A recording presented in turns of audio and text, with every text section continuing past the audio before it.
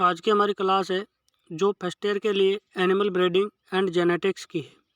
और आज की क्लास है उसका टॉपिक रहेगा हमारा मेंडल के वंशागति के सिद्धांत, मेंडल लॉज ऑफ इनहेरिटेंस, यानी मेंडल के वंशागति के सिद्धांत। तो मेंडल के वंशागति के सिद्धांतों के बारे में जानने से पहले अपने को मेंडल के बारे में जानकारी होनी चाहिए कि मेंडल कौन था, इसने कौन से प्रयोग किए, कौन कौन सी उपाधि धारण की और इसका जन्म वगैरह कब हुआ।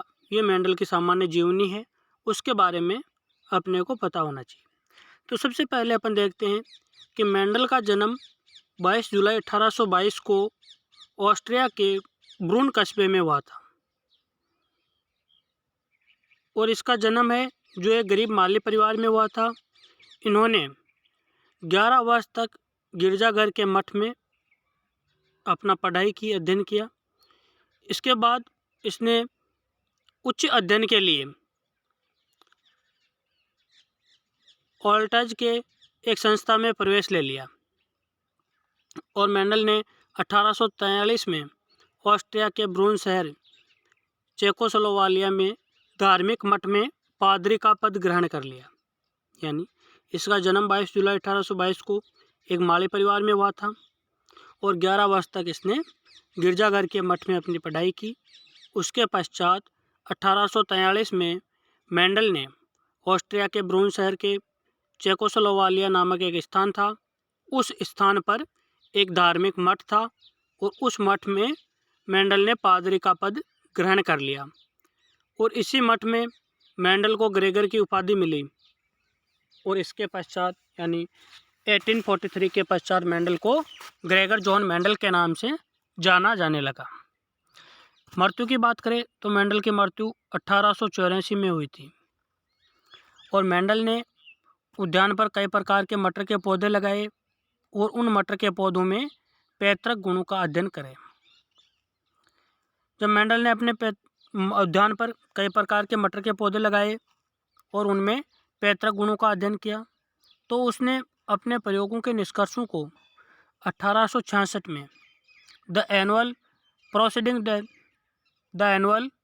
Proceeding of the natural history of society of Brunn नामक पत्रिका में experiment of the plant hybrid नामक शीर्षक से प्रकाशित किया।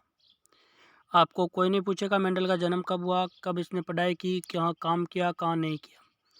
आपको इतना ज़रूर पूछेगा कि मेंडल को ग्रेगर की उपाधि कहाँ पे मिली, तो ऑस्ट्रिया के ब्रून शहर के चेकोस्लोवाकिया नामक धार्मिक मठ में 1843 में।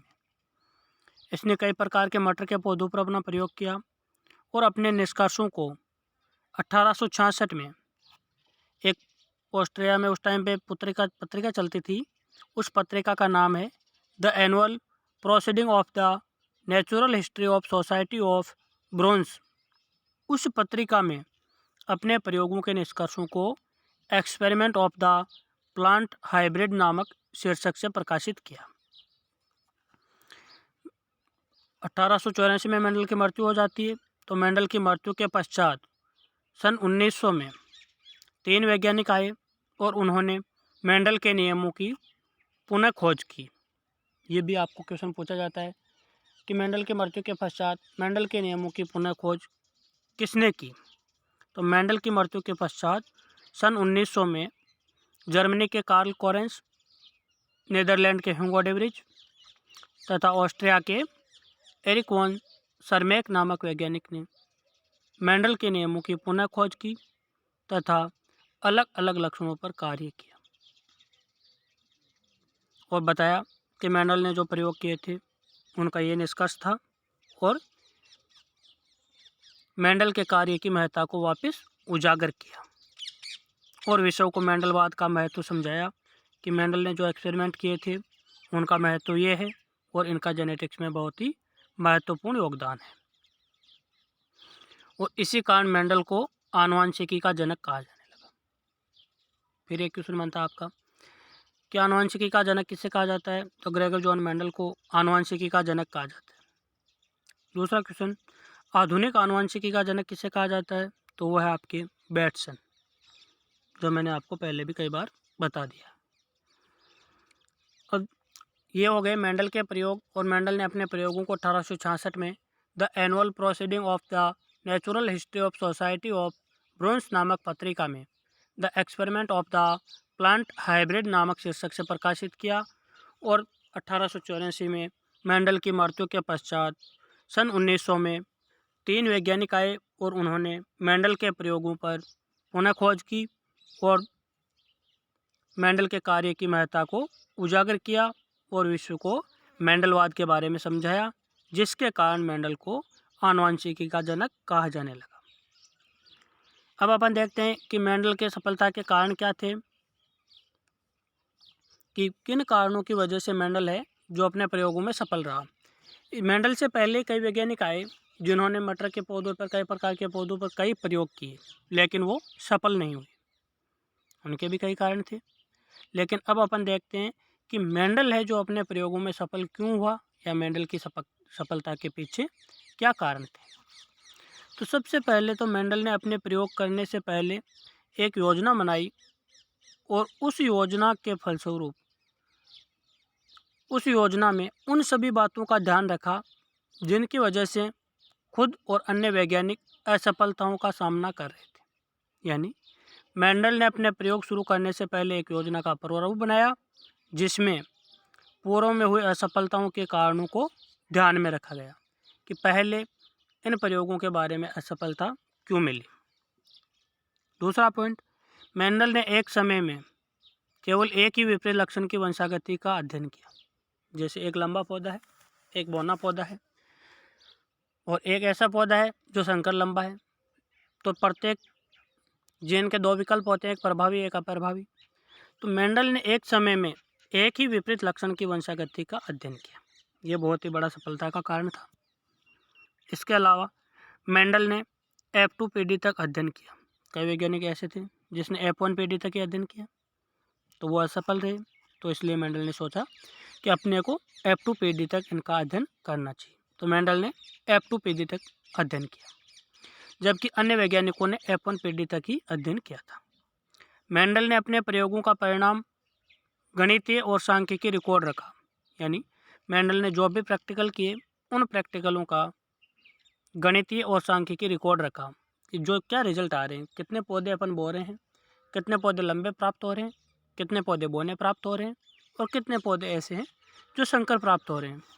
तो मेंडल ने जो भी अपने प्रयोग थे उन प्रयोगों का गणितीय और सांख्यिकी रिकॉर्ड रखा। और सबसे बड़ा सौभाग्य तो ये था कि मेंडल ने जिन मटर के पौधों का चयन किया वे लक्षणों में शुद्ध और स्वस्थ थे, उनमें किसी प्रकार का कोई रोग नहीं था। अगर उनमें कोई रोग होता तो मेंडल अपने प्रयोगों के निष्कर्षों तक नहीं पहुंच पाता। नेक्स्ट है, मेंडल ने शुद्ध लक्षणों वाले पौधों को अलग अलग क्यारियों में बोया ताकि पर परागण की संभावना को रोका जा सके। यानी जो पौधे शुद्ध दिख रहे थे मेंडल को कि ये शुद्ध लंबा है और ये शुद्ध बौना है, तो उनको अलग अलग क्यारियों में बोया ताकि उनमें स्वपरागण की संभावना या परपरागण की संभावना नहीं हो, मेंडल ने संकरण हेतु शुद्ध विपरीत लक्षणों युक्त पौधों को जनक के रूप में चुना। तो ये सब है जो मेंडल की सफलता के कारण थे। तो इसमें से कई क्वेश्चन बनते हैं आपके। पहली बात तो कि आनुवंशिकी का जनक किसे कहा जाता है? ग्रेगर जॉन मेंडल को। मेंडल ने अपने प्रयोगों के निष्कर्षों को किस पत्रिका में प्रकाशित किया, कब किया? 1866 में किया। The annual proceeding of the natural history of society of Brunn नामक पत्रिका में प्रकाशित किया। उसका शीर्षक क्या रखा? The plant hybridization of.